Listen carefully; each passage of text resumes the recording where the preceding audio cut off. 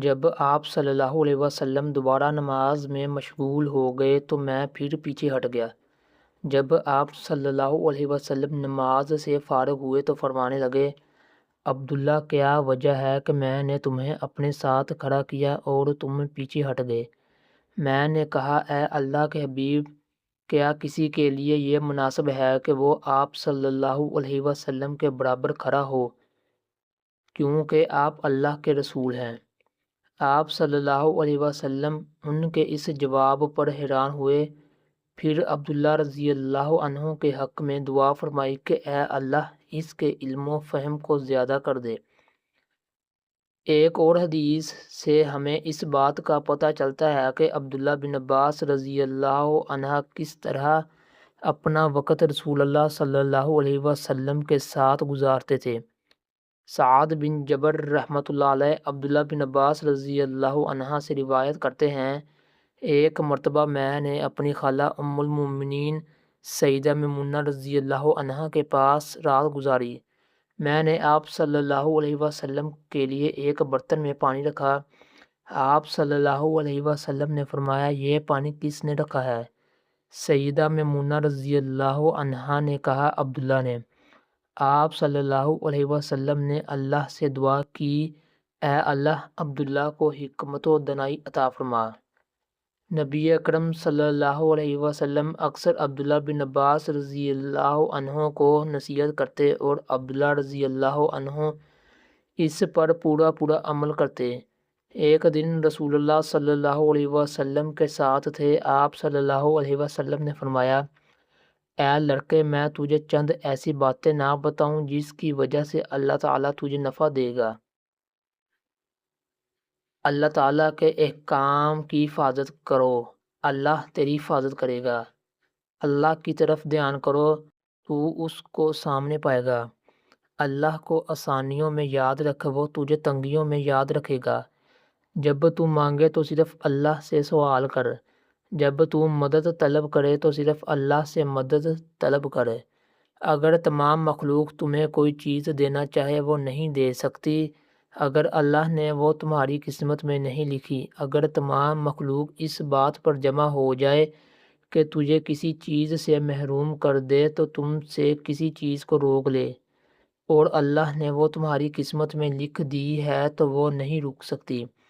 صبر میں بہت بھلائی ہے، اگرچہ تم اس کو ناپسند کرتے ہو، بے شک اللہ کی مدد صبر کی وجہ سے آتی ہے۔ کشادگی رنج و مشقت کے ساتھ ہوتی ہے اور تنگی کے بعد آسانی ہوتی ہے۔ رسول اللہ صلی اللہ علیہ وسلم نے آپ کے لیے بار بار یہ دعا کی، اے اللہ عبداللہ کو قرآن کا مفسر بنا اور دین میں سمجھ عطا فرما۔ سیدنا عمر رضی اللہ عنہ انہیں پاس بلا کر بٹھا لیتے اور فرماتے، میں نے رسول اللہ صلی اللہ علیہ وسلم کو دیکھا کہ انہوں نے ایک مرتبہ آپ کو بلایا، آپ کے سر پر دست شفقت رکھا اور آپ کے منہ میں لعاب مقدس ڈالا۔ پھر سیدنا عمر رضی اللہ عنہ نے اس طرح دعا کی کہ جس طرح اللہ کے رسول نے کی تھی کہ اسے مفسر قرآن اور دین میں سمجھ والا بنا۔ اللہ تعالیٰ نے اپنے نبی کی دعاؤں کو قبول فرمایا اور عبداللہ بن عباس رضی اللہ عنہ کو بلند علمی مقام عطا کیا۔ آپ کے علم کا اعتراف بڑے بڑے صحابہ کرام رضوان اللہ علیہم اجمعین نے کیا۔ مجاہد رحمۃ اللہ علیہ فرماتے ہیں کہ میں نے عبداللہ کو کثرت علم کی وجہ سے بحر العلم، علم کا سمندر خطاب دیا۔ کسی نے طاؤس رحمۃ اللہ علیہ سے کہا، آپ رسول اللہ صلی اللہ علیہ وسلم کے بڑے بڑے صحابہ کرام کو چھوڑ کر ایک کم عمر آدمی سے علم حاصل کرتے ہیں۔ طاؤس رحمۃ اللہ علیہ نے جواب دیتے ہوئے فرمایا کہ میں نے رسول اللہ صلی اللہ علیہ وسلم کے 70 صحابہ کرام کو دیکھا کہ جب ان میں کسی مسئلے کے متعلق اختلاف ہو جاتا تو وہ سب آپ کی طرف رجوع کرتے۔ سیدنا عمر رضی اللہ عنہ کے پاس جب کوئی ایسا مسئلہ آ جاتا جس کو آپ حل نہ کر سکتے تو عبداللہ رضی اللہ عنہ سے فرماتے کہ ہمیں یہ مسئلہ درپیش ہے، میرے خیال میں آپ ہی اس مشکل مسئلے کو حل کر سکتے ہیں۔ عبداللہ بن عتبہ رضی اللہ عنہ فرماتے ہیں میں نے کسی کو نہیں دیکھا جو رسول اللہ کی احادیث کو آپ سے زیادہ جانتا ہو۔ عبداللہ بن عباس رضی اللہ عنہ علم کا سرچشمہ تھے کہ کسی مسئلے کا علم یا حل ان سے مخفی نہیں تھا۔ ایک مرتبہ سیدنا عمر رضی اللہ عنہ نے صحابہ کرام کو جمع کیا اور ساتھ ہی عبداللہ بن عباس رضی اللہ عنہ کو بلایا۔ پھر صحابہ کرام سے پوچھا اذا جاء نصر اللہ والفتح ورأیت الناس يدخلون فی دین اللہ افواجا، اس صورت کے متعلق تمہاری کیا رائے ہے؟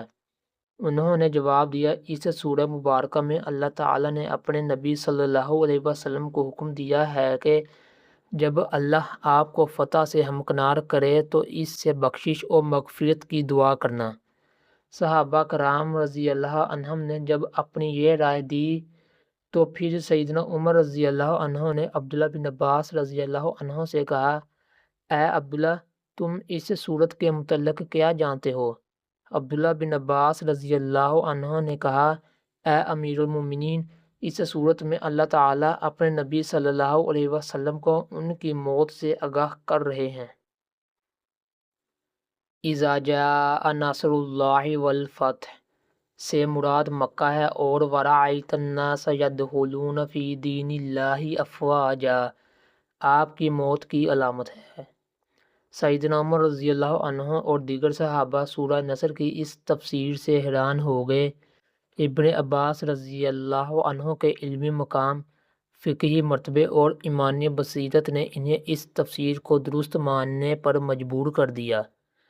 عبداللہ بن عباس رضی اللہ عنہ کو یہ مقام یوں ہی حاصل نہیں ہو گیا تھا، وہ بچپن ہی سے علم کی بہت زیادہ لگن اور شوق رکھتے تھے۔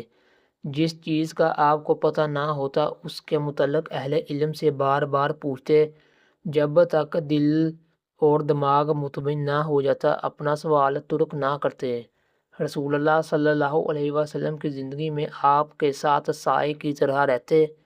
آپ صلی اللہ علیہ وسلم سے ہر ایک بات پوچھتے۔ جب اللہ کے رسول صلی اللہ علیہ وسلم اس دنیا سے رحلت فرما گئے تو بعد میں صحابہ کرام رضی اللہ عنہم سے اپنی علمی پیاس بجھاتے رہے۔ عبداللہ بن ابی رافع رضی اللہ عنہ فرماتے ہیں کہ عبداللہ رضی اللہ عنہ ابو رافع کے پاس تشریف لائے اور ان سے رسول اللہ صلی اللہ علیہ وسلم کے متعلق پوچھا کہ آپ صلی اللہ علیہ وسلم نے فلاں دن کیا کیا۔ ابو رافع نے جو جواب دیا اسے فوراً لکھ لیا۔ اسی طرح جب رسول اللہ صلی اللہ علیہ وسلم فوت ہوئے تو عبداللہ بن عباس رضی اللہ عنہ نے ایک انصاری سے کہا آؤ چلیں رسول اللہ صلی اللہ علیہ وسلم کے اصحاب سے آپ صلی اللہ علیہ وسلم کی باتیں پوچھتے ہیں، وہ آج کثیر تعداد میں موجود ہیں۔ وہ انصاری بولے اے ابن عباس، افسوس ہے آپ دیکھ نہیں رہے کہ لوگ تو علم حاصل کرنے کے لیے آپ کی خدمت میں آ رہے ہیں، جن میں اصحاب رسول صلی اللہ علیہ وسلم بھی شامل ہیں، اور آپ دوسروں کی طرف جا رہے ہیں۔ لیکن ابن عباس رضی اللہ عنہ نے اس انصاری کو وہیں چھوڑا اور خود صحابہ کرام کی خدمت میں حاضر ہو کر حدیث رسول کے متعلق علم حاصل کرنا شروع کر دیا۔ عبداللہ بن عباس فرماتے ہیں کہ اگر مجھے اطلاع ملتی کہ فلاں صحابی کے پاس کوئی حدیث ہے جو میرے پاس نہیں ہے تو میں اس صحابی کے گھر جاتا اور ان کی دہلیز پر بیٹھ جاتا۔ جب وہ باہر آتے اور مجھے دیکھتے تو پکار اٹھتے اے رسول اللہ صلی اللہ علیہ وسلم کے چچا زاد کیسے آنا ہوا؟ آپ مجھے حکم بھیج دیتے، میں خود حاضر ہو جاتا۔ میں کہتا میرا حق بنتا ہے کہ میں آپ کی خدمت میں حاضر ہو کر علم حاصل کروں۔ آپ کی بلند علمی شان ہی تھی جس نے آپ کو ایسا انوکھا اعزاز بخشا جو شاید ہی کسی عام انسان کو حاصل ہوا ہو۔ وہ اعزاز یہ تھا کہ انہوں نے جبرائیل علیہ السلام کو اپنی آنکھوں سے دیکھا۔ اس بارے میں عبداللہ بن عباس رضی اللہ عنہ خود فرماتے ہیں کہ میں ایک دفعہ اپنے والد گرامی کے ہمراہ رسول اللہ صلی اللہ علیہ وسلم کی خدمت میں موجود تھا۔ اس وقت آپ صلی اللہ علیہ وسلم ایک آدمی سے گفتگو فرما رہے تھے۔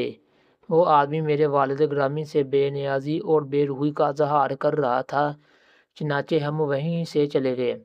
میرے والد مجھ سے کہنے لگے، عبداللہ کیا تم نے اپنے چچا کے بیٹے کو دیکھا؟ وہ مجھ سے منہ پھیرے ہوئے تھے۔ میں نے کہا، آپ صلی اللہ علیہ وسلم کے پاس ایک آدمی تھا، آپ صلی اللہ علیہ وسلم اس سے گفتگو فرما رہے تھے۔ عباس رضی اللہ عنہ کہنے لگے، کیا آپ صلی اللہ علیہ وسلم کے پاس کوئی آدمی موجود تھا؟ میں نے کہا، جی ہاں۔ میرے والد دوبارہ آپ صلی اللہ علیہ وسلم کی خدمت میں حاضر ہوئے اور عرض کی، اے اللہ کے رسول صلی اللہ علیہ وسلم، کیا ابھی آپ کے پاس کوئی آدمی موجود تھا؟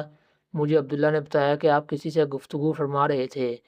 آپ صلی اللہ علیہ وسلم نے فرمایا، اے عبداللہ کیا تم نے اس کو دیکھا ہے؟ میں نے کہا، جی ہاں۔ آپ صلی اللہ علیہ وسلم نے فرمایا، وہ جبرائیل تھے۔ عبداللہ بن عباس رضی اللہ عنہ کو اللہ تعالیٰ نے دیگر خوبیوں کے ساتھ بردباری اور حوصلہ مندی سے بھی نوازا تھا، کیونکہ انہیں محبوب ربانی صلی اللہ علیہ وسلم کا یہ فرمان کبھی نہیں بھولتا تھا کہ اللہ تعالیٰ کو سب سے زیادہ محبوب وہ مومن بندہ ہے جو غصے کو پی جاتا ہے۔ ایک دفعہ کسی نے آپ کو گالی دی، آپ نے اس سے فرمایا، تم نے مجھے گالی دی ہے؟ سنو، مجھ میں 3 خصلتیں پائی جاتی ہیں۔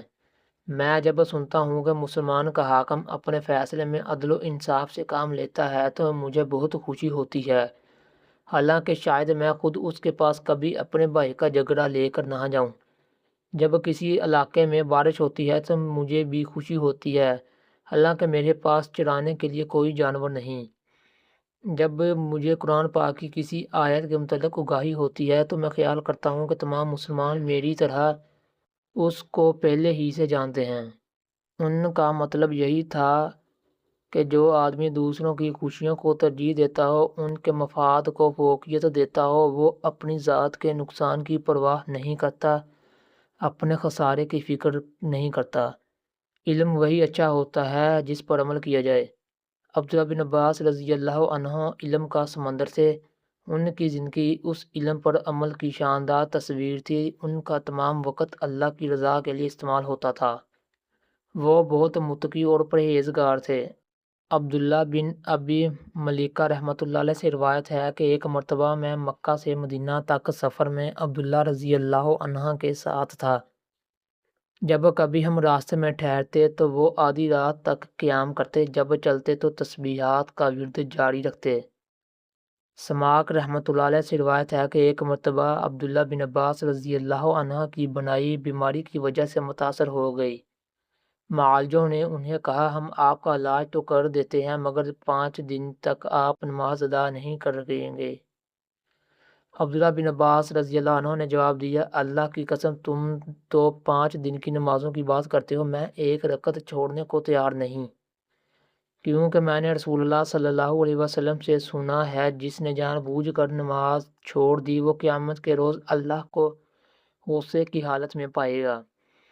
آپ عبادت کے حوالے سے فرمایا کرتے تھے کہ جو عبادت مسلمانوں میں اتحاد پیدا نہیں کرتی، آدمی کے دل کو نرم نہیں کرتی، فقیر و ضرورت مند پر ترس کھانا ناکام ہو جائے تو کفے افسوس ہوتا ہے۔ یہ اس گناہ سے بڑا جرم ہے، تیرا ہوا سے خوف کھانا جب وہ گناہ کے وقت دروازے سے ٹکراتی ہے اور پردے حرکت کرتے ہیں، اس وقت تو حالت گناہ میں ہوتا ہے۔ تیرا دل اس وقت اللہ کے خوف سے نہ کانپنا کہ وہ تیری طرف دیکھ رہا ہے، اس گناہ سے بڑا جرم ہے۔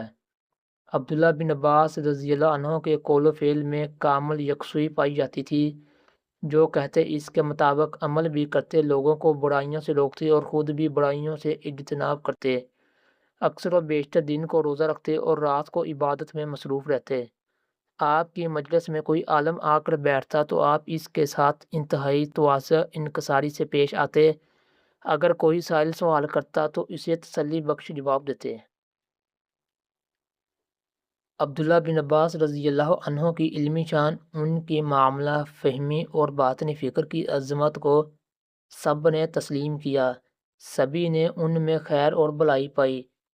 جب سعیسہ بن سحان رضی اللہ عنہ بصیرہ سے سیدنا علی رضی اللہ عنہ کی خدمت میں حاضر ہوئے تو انہوں نے عبداللہ بن عباس کے متعلق دریافت کیا، کیونکہ عبداللہ بن عباس رضی اللہ عنہ ان کی طرف سے بصرہ کی والی مقرر کیے گئے۔ سعیسہ رضی اللہ تعالیٰ عنہ فرمانے لگے، اے امیر المومنین، وہ 3 چیزوں پر عمل کرتے ہیں اور 3 چیزوں کو چھوڑ دیتے ہیں۔ جب وہ بات کرتے ہیں تو لوگوں کو اپنی طرف مائل کر لیتے ہیں۔ جب ان کے سامنے کسی کے متعلق بات کی جاتی ہے تو بڑے غور سے اس کی بات سنتے ہیں۔ جب 2 مختلف کاموں میں اختلاف پیدا ہو جائے تو اس سے آسان کام کو اختیار کرتے ہیں، اور جن 3 چیزوں کو وہ چھوڑ دیتے ہیں وہ یہ ہیں: لڑائی جھگڑا، کمینے سے دوستی، وہ چیز جس سے ملامت کا اندیشہ ہو۔ سعد بن ابی وقاص رضی اللہ عنہ فرماتے ہیں کہ میں نے عبداللہ بن عباس رضی اللہ عنہ سے بڑھ کر کوئی حاضر جواب نہیں دیکھا، بلکہ ان سے بڑھ کر نہ عقل میں دیکھا اور نہ علم اور حوصلے میں۔ ابو وائل رضی اللہ عنہ فرماتے ہیں ایک مرتبہ عبداللہ بن عباس رضی اللہ عنہ نے حج کے موقع پر خطبہ ارشاد کیا۔ آپ نے سورہ نور کا آغاز کیا، اس کو پڑھتے رہے اور تفسیر فرماتے رہے۔ میں ان کی شاندار انداز گفتگو کو دیکھ کر یہ کہنے پر مجبور ہو گیا کہ آج تک میں نے ان جیسی تقریر نہیں سنی، نہ میں نے آج تک ان جیسا کوئی آدمی دیکھا۔ اگر فارسی، رومی اور ترکی بھی آپ کی بات کو سن لیتے تو وہ بھی مسلمان ہو جاتے۔